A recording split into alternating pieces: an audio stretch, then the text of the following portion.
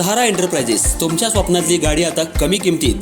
इचलकरंजी शहरालगत असलेल्या कबनूर चंदूर रोडवर कोन्नूर पार्कमधल्या सहारा एंटरप्राइजेस इथं पश्चिम महाराष्ट्रातली विविध बँका आणि फायनान्स कंपन्यांनी जप्त केलेल्या जुन्या दुचाकी आणि चारचाकी गाड्यांची विक्री केली जाते. शोरूम किमतीपेक्षा 25 ते 50% कमी दरात, उत्तम स्थितीत आणि संपूर्ण कागदपत्रांसह त्वरित डिलिव्हरी. दुचाकी 20,000 पासून पुढे तर चारचाकी 50,000 पासून पुढे. आपल्या पसंतीची कार किंवा बाईक आता अगदी परवडणाऱ्या दरात घेऊन जा. विश्वास, पारदर्शक व्यवहार आणि उत्तम सेवा हेच आमचं वैशिष्ट्य. पत्ता Konnur park, Kabnur Chandur road, Ichalkaranji. Proprietor Rajubhai Ajgar. संपर्क 8055810910 आणि 9860785786. सहारा एंटरप्राइजेस, दर्जा, विश्वास आणि बचत यांचं परिपूर्ण ठिकाण.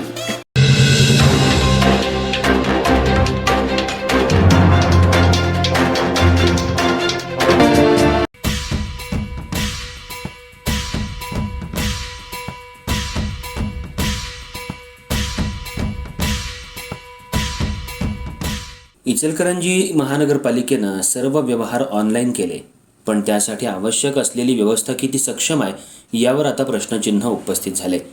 गेल्या 2 दिवसांपासून इंटरनेट सेवा बंद असल्यामुळं महानगरपालिकेचे अनेक विभाग अक्षरशः ठप्प झाले असून नागरिकांना कर भरण्यापासून ते इतर सेवांसाठी मोठा मनस्ताप सहन करावा लागतोय. त्यातच संबंधित विभागांमध्ये अधिकारी अनुपस्थित असल्यानं नागरिकांमधून तीव्र नाराजी व्यक्त होतीये. इचलकरंजी महानगरपालिकेमध्ये सध्या बहुतांश सेवा पूर्णपणे ऑनलाईन पद्धतीनं सुरू आहेत. ई पेमेंट, कर भरणा, नोंदणी प्रक्रिया तसंच इतर अनेक प्रशासकीय व्यवहार इंटरनेटवर आधारित असल्यामुळं इंटरनेट सेवा खंडित होताच संपूर्ण कामकाज विस्कळीत झाल्याचं चित्र समोर आले. गेल्या 2 दिवसांपासून इंटरनेट सेवा बंद असल्यामुळं महानगरपालिकेत येणाऱ्या नागरिकांना मोठ्या अडचणींचा सामना करावा लागतोय. घरपट्टी आणि इतर कर भरण्यासाठी येणाऱ्या नागरिकांना ऑनलाईन व्यवहार करता येत नसल्यामुळं वारंवार महानगरपालिकेच्या फेऱ्या माराव्या लागतायत. अनेक नागरिक पैसे ऑनलाईन भरू इच्छित असतानाही इंटरनेट उपलब्ध नसल्यानं व्यवहार रखडले जात आहेत.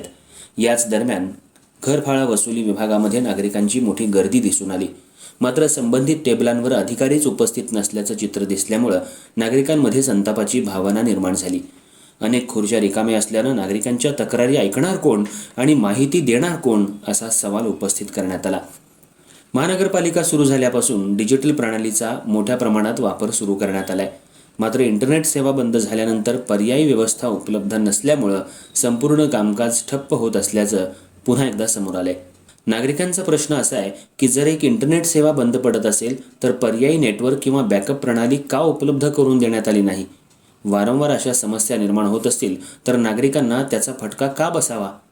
दरम्यान या संपूर्ण प्रकारामुळे महानगरपालिका प्रशासन, संबंधित अधिकारी आणि लोकप्रतिनिधी यांच्याकडून तातडीनं उपाययोजना करण्याची मागणी नागरिकांकडून व्यक्त केली जाते. ऑनलाईन व्यवस्था चांगली, पण पर्यायी व्यवस्था कुठं? नागरिकांचा प्रशासनाला थेट सवाल.